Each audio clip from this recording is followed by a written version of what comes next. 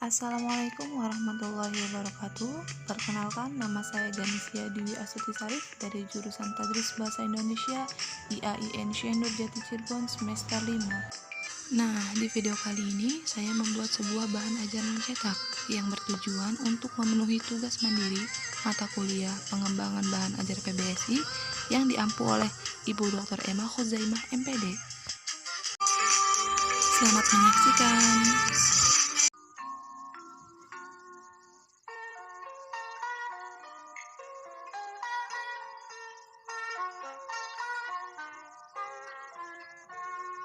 Pagiku cerahku, matahari bersinar, ku gendong tas merahku di pundak.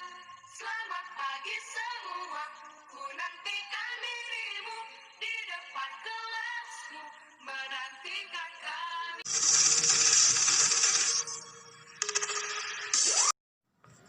Assalamualaikum warahmatullahi wabarakatuh. Selamat pagi anak-anak. Bagaimana kabarnya? Alhamdulillah, semoga kita selalu baik ya. Sebelumnya, perkenalkan nama Ibu Ganesya Dewi Astuti Sarif. Anak-anak semua bisa memanggil saya Ibu Anes. Nah, langsung saja di sini Ibu akan menjelaskan apa itu teks laporan percobaan. Teks laporan percobaan. Nah, teks laporan percobaan adalah sebuah teks yang menyajikan informasi mengenai hasil percobaan yang diperoleh melalui percobaan dan analisis yang sistematis. Nah, pengertian tersebut senada juga dengan tim Kemendikbud tahun 2017 halaman 10 yang mengemukakan bahwa teks laporan percobaan adalah sebuah teks yang menyajikan informasi dari hasil percobaan dengan apa adanya. Sebetulnya, teks laporan percobaan hampir sama dengan teks laporan observasi, hanya saja yang dilaporkan adalah hasil percobaan, bukan observasi. Percobaan akan melibatkan suatu hal yang harus dilakukan secara sistematis sebelum dilaporkan.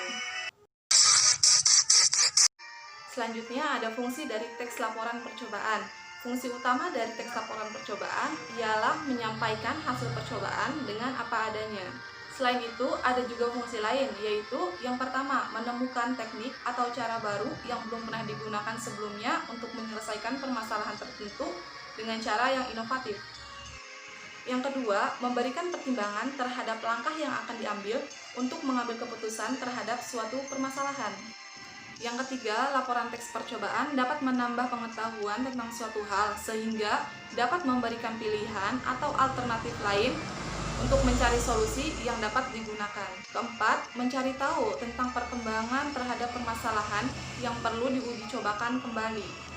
Kelima, mengawasi dan memperbaiki suatu hal dengan lebih efisien dan baik.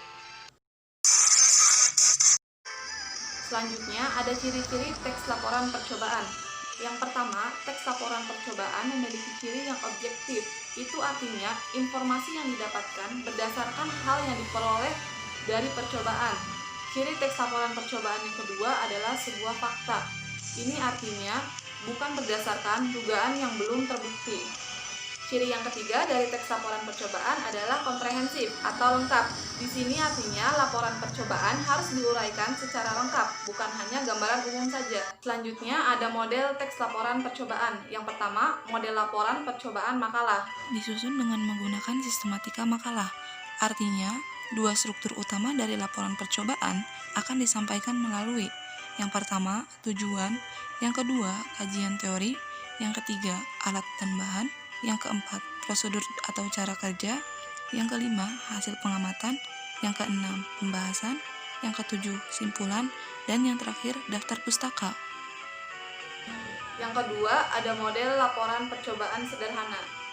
Model ini hanya akan menggunakan dua struktur utama dari laporan observasi, yaitu pernyataan umum dan uraian. Yang ketiga, ada model laporan percobaan pengembangan atau pembuatan. Model ini disusun melalui model pembuatan suatu benda sebagai kegiatan percobaan. Model ini juga akan melibatkan sebuah struktur. Yang pertama, tujuan, yang kedua, alat dan bahan, yang ketiga, langkah-langkah, yang keempat, hasil, dan yang kelima, simpulan.